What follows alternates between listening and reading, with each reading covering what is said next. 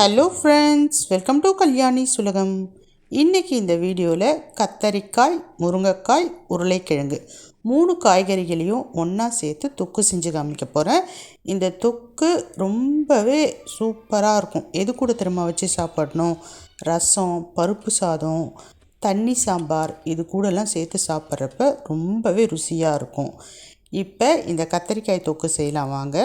செய்கிறதுக்கு 1/4 கிலோ அளவுக்கு கத்தரிக்காய், ஒரே ஒரு முருங்கைக்காய், ஒரே ஒரு உருளைக்கிழங்கு இதை கட் பண்ணி ரெடியாக எடுத்து வச்சுக்கோங்க.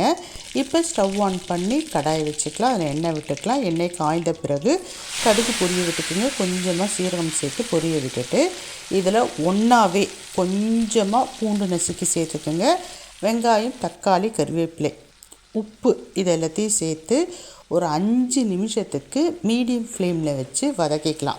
தனித்தனியாக சேர்த்து வதக்கணும் அப்படின்ற அவசியம் கிடையாது. மொத்தமாகவே சேர்த்து வதக்கிக்குங்க. இந்த தக்காளியும் வெங்காயமும் நல்லா வதங்கின பிறகு நம்ம இது கூட கொஞ்சமாக இஞ்சி பூண்டு பேஸ்ட்டு சேர்க்க போகிறோம். நம்ம பூண்டை தோலோடு தட்டிட்டு சேர்த்துருக்கோம். 4 பூண்டு நீங்கள் தட்டிட்டு சேர்த்திங்கன்னா போதுமானதாக இருக்கும். இஞ்சி பூண்டு பேஸ்ட்டும் கொஞ்சமாக, நிறைய இருக்கக்கூடாது. அந்த இஞ்சி பூண்டு பேஸ்ட்டு டாமினேட் பண்ணக்கூடாது. சும்மா லைட்டாக சேர்த்துக்கங்க. சேர்த்துட்டு நல்லா வதக்கிக்கங்க. நல்லா எண்ணெய் பிரிஞ்சு வரணும். வெங்காயம் தக்காளியும் நல்லா வதங்கி இருக்கணும். அந்த ஸ்டேஜ் வரப்போ நம்ம காய்கறிகள் எல்லாத்தையும் சேர்த்துக்கலாம். இப்போ நல்லா வதங்கிடுச்சு. நான் காய்கறிகளை சேர்த்துக்கிறேன். ஃபஸ்ட்டு கத்தரிக்காய் சேர்த்துக்கிறேன். இது கூடவே முருங்கைக்காய், உருளைக்கிழங்கு எல்லாத்தையும் சேர்த்து நம்ம நல்லா வதக்க போகிறோம். நல்லா எண்ணெயிலேயே வதக்கிக்க போகிறோம். அந்த கத்தரிக்காயெல்லாம் பார்த்திங்கன்னா நிறம் மாறி வரணும். அந்த அளவுக்கு முதல்ல எண்ணெயிலேயே நம்ம வதக்கிக்கலாம். முன்னாடியே நம்ம குழம்பு மிளகாய் தூள், மஞ்சத்தூள், தண்ணி சேர்க்கக்கூடாது. முதல்ல இந்த மாதிரி எண்ணெயிலேயே வதக்கிக்கணும்.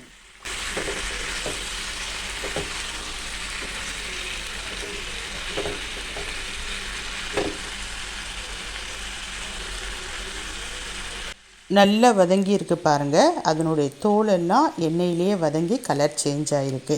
இந்த அளவுக்கு நீங்களும் வதக்கிக்கிங்க. இப்போ இது கூட கொஞ்சமாக மஞ்சத்தூள், குழம்பு மிளகாய்த்தூள் 1 ஸ்பூன் அளவுக்கு சேர்த்து நல்லா மறுபடியும் வதக்கிக்கலாம்.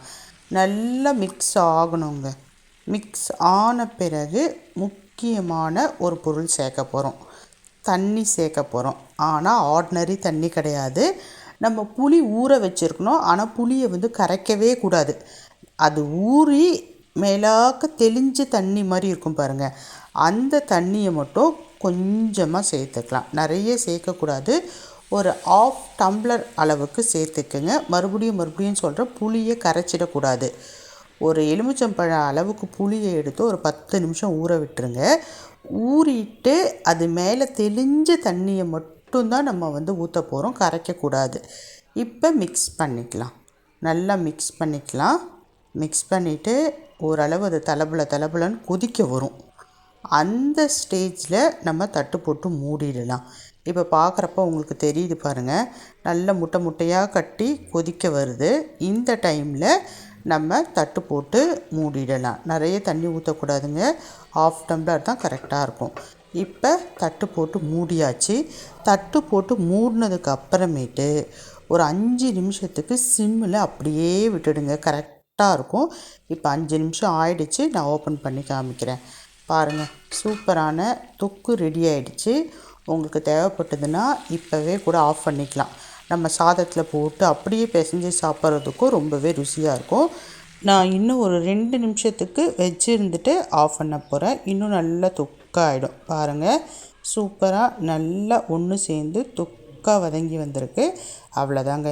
சூப்பரான கத்தரிக்காய், முருங்கைக்காய், உருளைக்கிழங்கு போட்ட தொக்கு ரெடி. ரசம் சாதத்துக்கு ரொம்பவே சூப்பராக இருக்கும். நீங்களும் செஞ்சு பார்த்துட்டு எப்படி இருக்குன்ட்டு சொல்லுங்கள். பாய்.